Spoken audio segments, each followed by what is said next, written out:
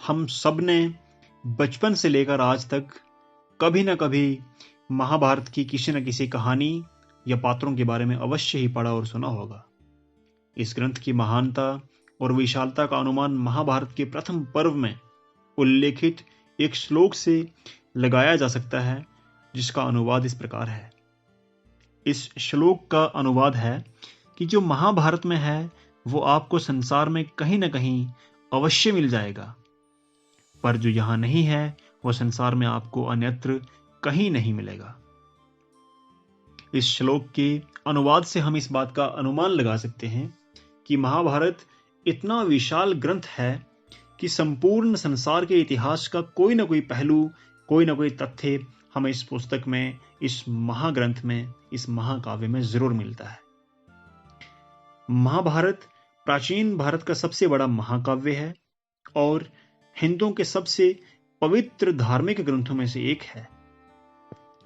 इसमें उस समय का इतिहास लगभग 1,11,000 श्लोकों में लिखा हुआ है। महाभारत में 18 पर्व हैं। सबसे पहले आदि पर्व, इसको शुरुआत की पुस्तक कहते हैं। उसके बाद सभा पर्व, फिर वन पर्व को अरण्य पर्व भी कहते हैं। उसके बाद विराट पर्व, फिर उद्योग पर्व, उसके बाद भीष्म पर्व, द्रोण पर्व, कर्ण पर्व, शल्य पर्व। 10 नंबर पे आता है सौप्तिका पर्व, इसको नींद के योद्धाओं की पुस्तक भी कहा जाता है। फिर स्त्री पर्व, शांति पर्व, फिर अनुशासन पर्व। 14 नंबर पे अश्वमेधिका पर्व, 15 नंबर पे आश्रम वासिका पर्व, उसके बाद मौसाला पर्व, 17 नंबर पे महाप्रस्थानिका पर्व, और अंतिम और सबसे लास्ट का जो पर्व है उसका नाम है स्वर्गारोहण पर्व। इस प्रकार से ये 18 छोटी पुस्तकें हैं जिनको मिला करके महाभारत का महान काव्य लिखा गया था। इसकी पूर्ण कथा का संक्षेप इस प्रकार से है। सबसे पहले हम जानेंगे चंद्रवंश से कुरुवंश तक की उत्पत्ति, पांडु का राज्याभिषेक।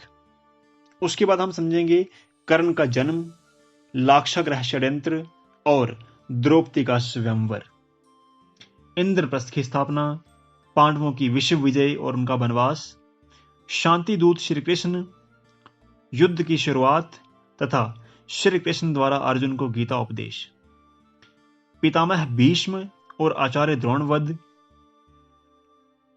अंगराज कर्ण, मामा शल्य और दुर्योधन वध और महाभारत युद्ध की समाप्ति, और अंत में हम समझेंगे यदुकुल का संहार और पांडवों का स्वर्गारोहण। इस प्रकार से छोटी छोटी वीडियोस में हम संपूर्ण महाभारत की कथा का श्रवण करेंगे और इसकी हर एक छोटी बड़ी कहानी को समझेंगे। आने वाली वीडियोस में हम शुरुआत करेंगे आदि पर्व से और छोटी छोटी कथाओं के रूप में आप तक महाभारत की संपूर्ण कथा को हम पहुंचाने की कोशिश करेंगे।